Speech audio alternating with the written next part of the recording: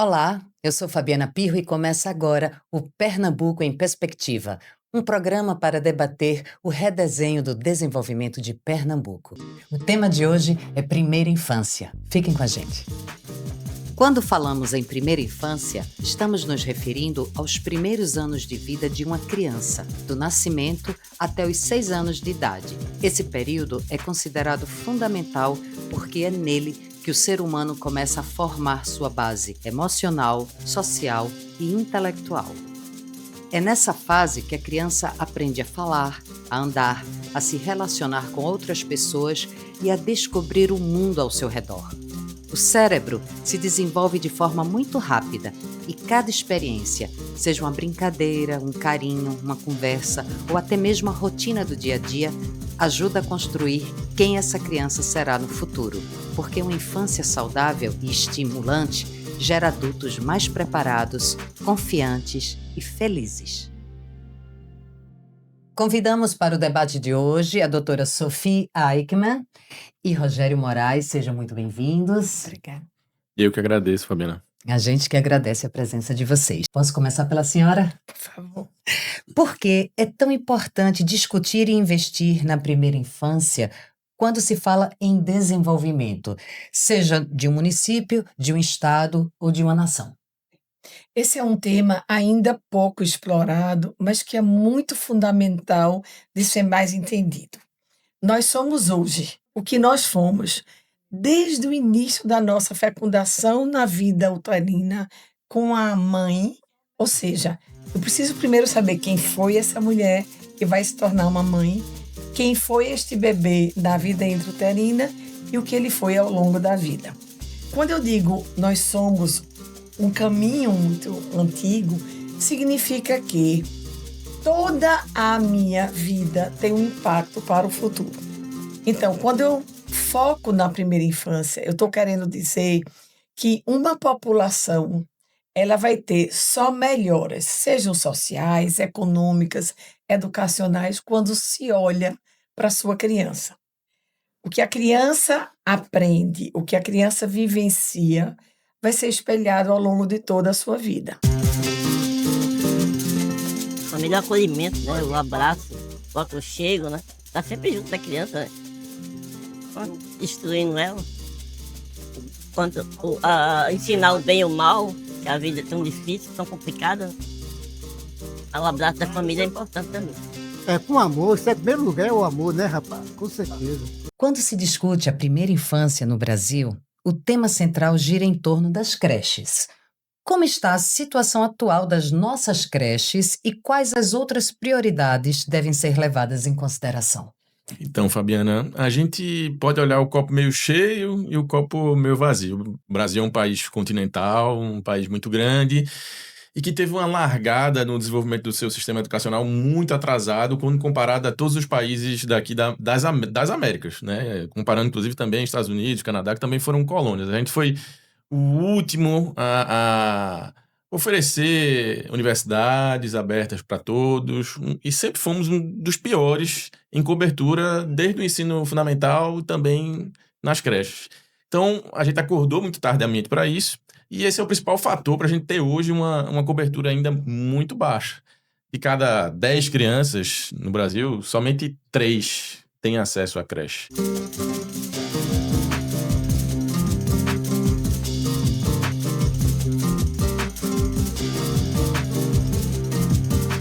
Esse é um desafio muito grande que a gente melhore essa cobertura.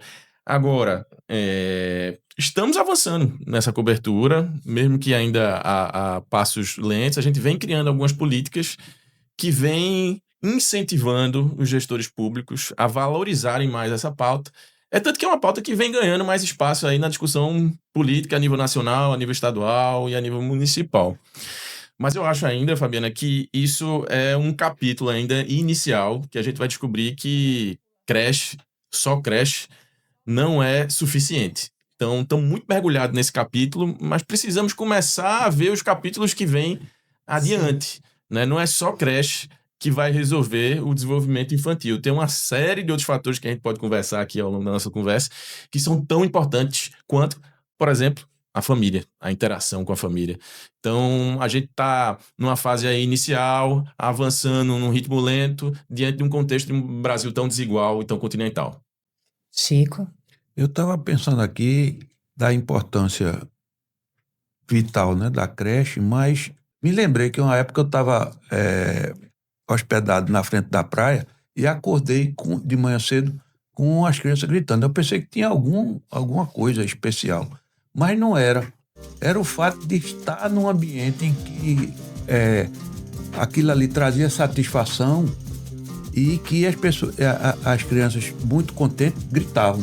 São gritos assim, são onomatopeias, mas aí isso me fez concluir, que eu não sei se estou certo, que praça boa é aquela onde as crianças gritam. Quando as crianças não gritam, a praça não é boa. Ou seja, porque não tem os estímulos, como a doutora estava falando, os estímulos necessários para que haja o desenvolvimento. A minha questão é, tão importante quanto a creche é o espaço público de qualidade, praças, por exemplo, ou na primeira infância o mais importante, por exemplo, é a creche ou é complementar? Eu fiquei em dúvida sobre um ambiente mais protegido e um ambiente mais, digamos assim, mais aberto para o lazer. Eu valorizo muito a ciência, valoriza muito o lar, a casa, que é onde a criança passa mais tempo, né? Ela passa 8 horas na creche, ela tem um tempo dormindo, as outras 16 horas ela deveria passar num lar digno e um lar que proporcionasse espaços de lazer não só dentro desse lar, mas também no território, né?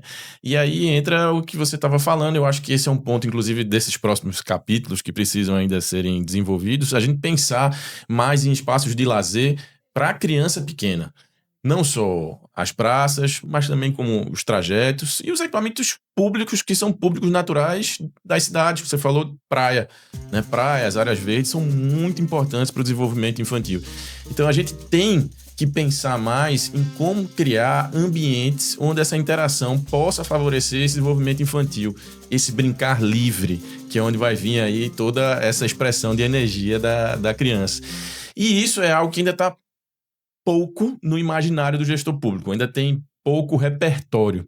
Eu lembro, em uma oportunidade que a gente estava trabalhando num plano municipal da primeira infância, eu estava conversando com um diretor da empresa de limpeza urbana, de limpeza e manutenção urbana. E eu perguntei para ele por que a gente não tinha mais espaço de lazer para criança pequena. Ele disse, não, porque nunca foi uma diretriz, porque para mim é melhor, que inclusive a manutenção é mais barata, porque o brinquedo para criança pequena quebra menos do que para criança maior. Então é só uma falta de perspectiva, de realmente despertar para esse assunto e ver como isso é importante para a gente poder realmente potencializar, multiplicar esses espaços de desenvolvimento. Vamos para um rápido intervalo e a gente volta já. O tema é Pernambuco em perspectiva, falando necessariamente apontando para frente. E apontar para frente significa, como a gente está discutindo aqui, priorizar a infância, porque uma boa base na infância vai trazer adultos com melhor perspectiva de vida, qualidade de vida e com maior capacidade de contribuir com o desenvolvimento do Estado. Que política pública seria importante e essencial ter em relação à infância, em especial à primeira infância, para que a gente pudesse vincular isso ao desenvolvimento do Estado? Como é que vocês veem essa questão da política pública de qualidade para o desenvolvimento estadual, considerando a infância? O que é que seria absolutamente indispensável? Eu queria começar só com uma pequena observação, só complementando a sua pergunta, é que não há mais dúvida do ponto de vista científico que o que se investe na primeira infância é o que mais vai dar retorno social a uma cidade, a um estado, a um país, a uma nação. Então, isso é matematicamente comprovado, inclusive levou a um prêmio Nobel de um pesquisador chamado Heckman, que ele provou que nada para uma população... É seu parente, doutor? Não. Não é parecido o nome, mas queria muito que ele fosse meu parente, porque eu tenho muito orgulho do trabalho que ele fez, que ele saiu da caixinha da matemática para comprovar que o que uma sociedade investe na primeira infância, ela vai ter um retorno econômico maior do que qualquer outro tipo de investimento. Aí eu queria que a Rosiane fizesse essa colocação. Pois é, professora, eu vejo hoje que talvez o secretário de Educação, o secretário de Saúde, o secretário de Assistência Social já coloca a criança no centro do seu planejamento. A gente precisa que, de Isso fato, já é um fato. isso já é um fato.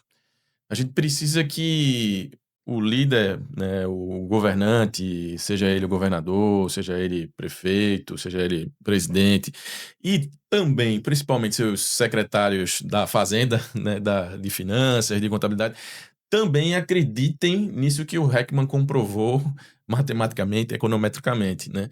A gente precisa trazer isso para a mesa de discussão do planejamento, para que de fato se veja num projeto de Estado o quanto que isso maximiza os retornos. Por que investimento? Porque aumenta o retorno social, econômico e diminui custo. O Heckman comprovou que se você cuida da saúde de uma criança, depois ela adolescente, adulta, ela vai adoecer menos. Ela vai usar menos o sistema de saúde. Isso é menos custo para o Estado. Se a gente cuida da educação dessa criança nos primeiros anos de vida, a trajetória escolar dessa criança tende a ser melhor. Ela tem menos chance de reprovar, ela tem menos chance de evadir. Tudo isso é menos custo para o sistema. Até menos encarceramento na vida adulta. E isso é outro ponto Menos aí. delinquência juvenil. Perfeito, perfeito. O Darcy Ribeiro falava da importância da gente, na década de 80, construir mais escolas para não ter que construir mais presídios. Isso. Atualizando Darcy Ribeiro, a gente precisa construir mais creches para não construir mais presídios. Então, isso precisa entrar na cabeça do planejador, de fato, né, vendo numa perspectiva de Estado, porque esse retorno é a longo prazo. Essa é outra barreira, né? O retorno não vai vir dentro da mesma gestão, mas ela vai vir se a gente pensar no longuíssimo prazo. O que a gente vive hoje no Estado é consequência não dos 10 últimos anos, dos 20 últimos anos, 50, 100 anos. Então, a gente precisa dessa perspectiva, Francisco. Esse eu acho que é o primeiro ponto. E tem uma coisa que eu queria aproveitar a tua deixa, que é o seguinte: durante muito tempo, a criança ou a infância foi pouco valorizada. Sim. Lembrando de um ditado que a gente diz: a criança não tem voz e não tem voto. Hoje, Portanto, não tem vez. mas o terá. E é como você diz, um gestor que pensa a longo prazo, ele não vai ter nenhuma dúvida da importância dessa valorização da infância. Uma vez valorizando, uma vez colocando isso no centro do processo, entendendo que isso que maximiza retorno econômico, social, menos custo para o Estado, a gente passa a ver a necessidade da gente investir mais nisso, de fato, nessa qualidade de vida da criança no começo da vida. Então, educação, sem dúvida alguma, é expansão de creche, mas olhando também para a qualidade, mas também olhando para todas as outras áreas de vida de uma criança. A gente tinha poucas maternidades aqui no Estado, né? Tinha muita maternidade concentrada na região metropolitana. Esse começo da vida, aí, os primeiros dias, são muito importantes. A saúde da mãe é muito importante.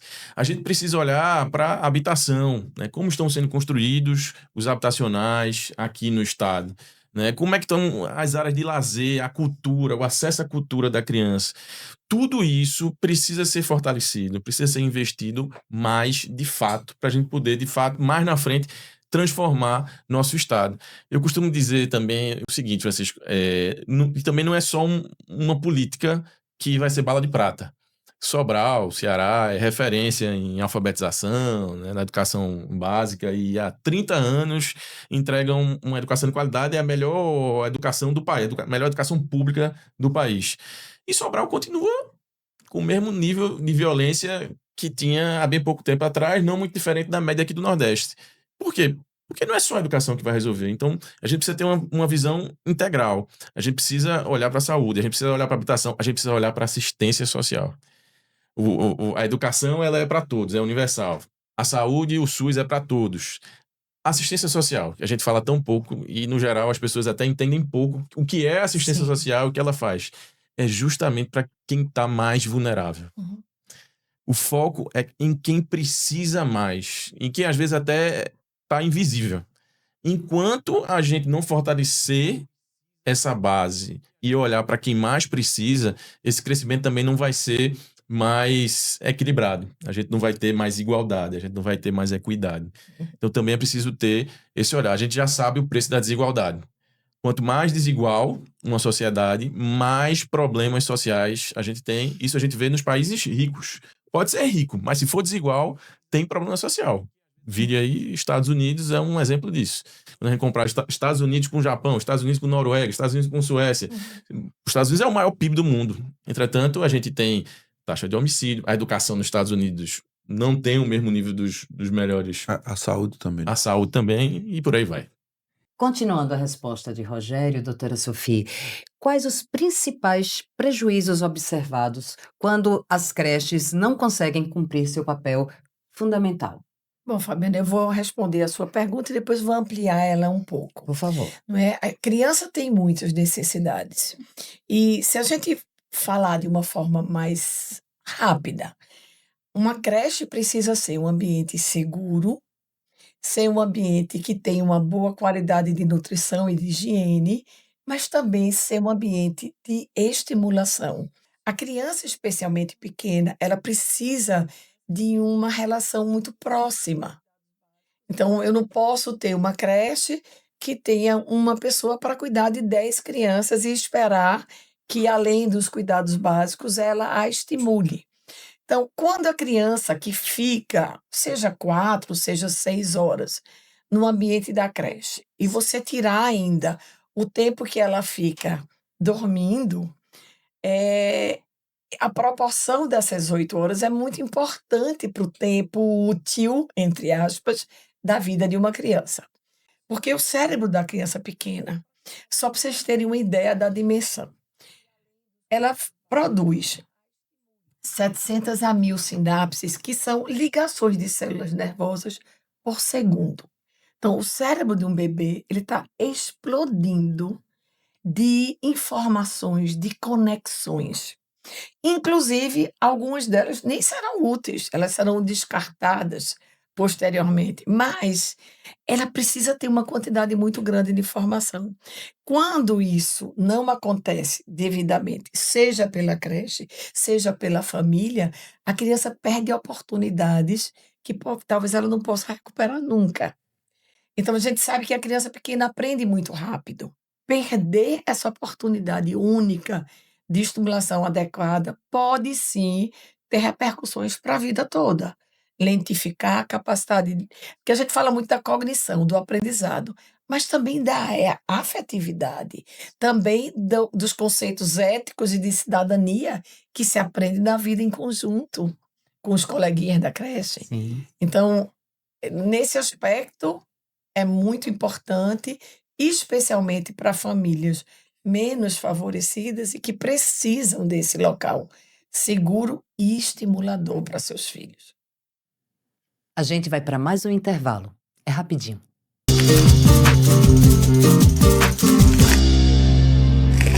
O tempo de tela tem sido um fator preocupante no desenvolvimento cognitivo das crianças. Todos nós sabemos. Então, qual o tamanho desse impacto e quais as possíveis soluções? Tela é para ser zerada até 2 anos. A criança não deve ser exposta à tela. E a gente chama isso de dieta midiática. Existe um tempo ideal, até 6 anos, no máximo 1 hora, de 6 a 10, 1 a 2. Na adolescência, no máximo 3 horas, evitando a geração do bunker, né? Porque eles entram nos seus quartos e se trancam nas suas telas. Lembrando que o ambiente virtual, ele nunca é privado. Porque o adolescente usa muito o argumento, eu preciso da minha privacidade. Então, a regra é, no mundo virtual não existe privacidade. Mas, para além dos problemas futuros, na primeira infância, o uso da tela, e principalmente o uso excessivo, rouba da criança toda a oportunidade de estimulação de vida real. E tem um outro pequeno detalhe. É a questão, porque a gente pensa muito na repercussão cognitiva, da inteligência. A criança fica menos inteligente. Mas, para muito além disso, tem a questão emocional. Sim. A gente tem hoje bebês que mostram síndrome de abstinência, que ficam extremamente irritadas quando tem o seu instrumento, a sua tela retida. Então, são várias camadas e, mais uma vez, a importância da família. Obviamente, as telas não, as creches não deveriam ter telas, obviamente, Uhum. mas também os pais precisam ser educados e dados a ele possibilidade de fazer outra coisa com seus filhos. Então, qual seria a solução? Sim. Eu vou dizer de uma forma muito simples. Pensem muitas vezes antes de querer ter filhos, porque se vocês os tiverem, você precisa modificar a sua vida para que essa criança tenha uma infância protegida e estimulada. Então, criança precisa de nosso tempo, criança precisa do nosso olhar, criança precisa do nosso toque, Da nossa presença. a nossa presença, e nenhuma maquininha substitui Não, isso. Nenhuma tela substitui a presença. nenhuma. Nenhuma. E eu tenho um neto de 6 anos, ele hoje em dia ele conhece todos os bichos do mato. Eu digo, o que é isso aqui? Ele fala, é um elefante, vó, isso aqui é uma arara. Então, assim, a tecnologia para a criança está muito bem evoluída, eles estão aprendendo muito, eles estão muito inteligentes. Para o tempo de antes, para o de agora, as crianças estão muito bem evoluídas, elas são muito inteligentes. Tem o horário do estudo, horário da coleguinha, tem o horário de ficar no tempo no celular. Não pode ficar o tempo todo no celular. Tanto os estudos como os brincar, deixa de contar as coisas, né? Aí só com o rosto naquela tela ali, prejudica muito as crianças, né? Às vezes ele quer estar mais no celular do que na tarefa quando chega da escola. Aí eu sempre boto assim, uma coisa assim, horário para ele, né? Falando com a minha filha, boto ele só 10 minutinhos, e 10 minutinhos para pegar um livro, para estudar, para ter o conhecimento, porque só aquilo não pode, porque ele vai ficar focado só no celular e outras coisas ele vai deixar o tempo passar, e não pode, né? Cada coisa tem seu horário, tem seu limite. Quando a criança está na tela, principalmente nesses primeiros anos de vida, ela fica muito passiva, ela fica só recebendo o conteúdo. Então, ela não repete, ela não fala, ela não conversa, ela não interage. E aí, ela muitas vezes diminui a quantidade de palavras que ela tem contato. Quando os pais também, né, em contrapartida, também não conversam, não contam historinhas, o contar histórias é fundamental. Porque qual é o antídoto das telas? É o livro. Para mim, política pública é entregar livro na casa das famílias. A gente já tem um livro nas creches, quando existe creche. Agora a gente tem que entregar livro na casa das famílias. As famílias não têm o hábito. Às vezes, quando tem... Pode ter o hábito, mas também não consegue ter o acesso ao livro. A gente precisa entregar livro na casa das famílias. Quando a gente desenvolve o hábito de contato com o livro brinquedo, a contação de história, que gera um vínculo com esse pai, com essa mãe, ele começa a trocar, ele começa a valorizar, ele começa a querer mais o livro e menos a tela. Então, esse autor, né, o autor francês, ele diz o seguinte, olha, a primeira desigualdade é a desigualdade da linguagem. As crianças que têm um contexto familiar que escutam mais palavras, e essa diferença é gritante em poucos anos de vida, quando se multiplica a quantidade de palavras por minuto, quantidade de palavras por hora, quantidade de palavras por ano, chega nos 6 primeiros anos de vida a 30 milhões de diferença de uma criança com um contexto positivo e de uma criança num contexto adverso que escuta menos histórias, escuta menos palavras. O que é que acontece? Ela desenvolve menos vocabulário, ela tem mais dificuldade no processo de alfabetização, ela tem toda a trajetória escolar mais difícil, né? Com mais adversidades. Então, a primeira desigualdade é a desigualdade da linguagem. Depois vem a desigualdade na aprendizagem, depois vem a desigualdade de renda. Então, se a gente quiser combater a desigualdade, a gente precisa investir nesse começo da vida, a gente precisa investir no combate à tela, a gente precisa investir no livro, na leitura. Bom, a conversa está ótima, maravilhosa, mas a gente tem que concluir este programa e eu gostaria de deixar uma provocação aqui para vocês. Se vocês tivessem que escolher um investimento urgente para beneficiar as crianças pequenas de Pernambuco que estão nos berçários, nas creches ou até mesmo na barriga das mães, qual seria esse investimento?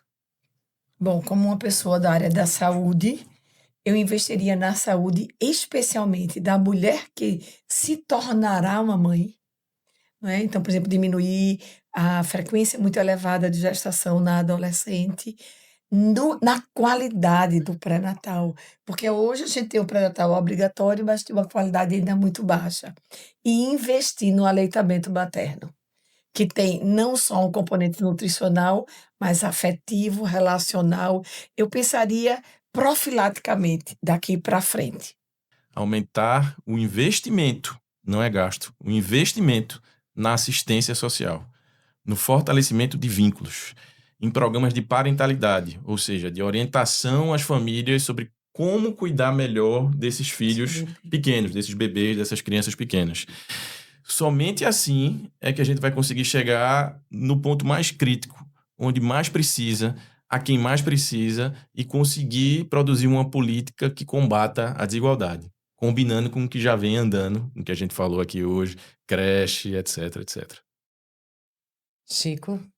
Eu diria que a experiência exitosa do Recife em relação às praças da infância deveria ser transformar-se em política pública para o estado todo. Perfeito. Porque a qualidade do que se vê nas praças hoje e o grito das crianças deveria ser um padrão do litoral ao São Francisco. Inclusive para que o verde fosse um elemento essencial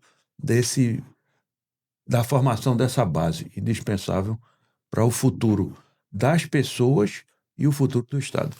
Fabiane, chegou sua vez. Qual seria a sua prioridade?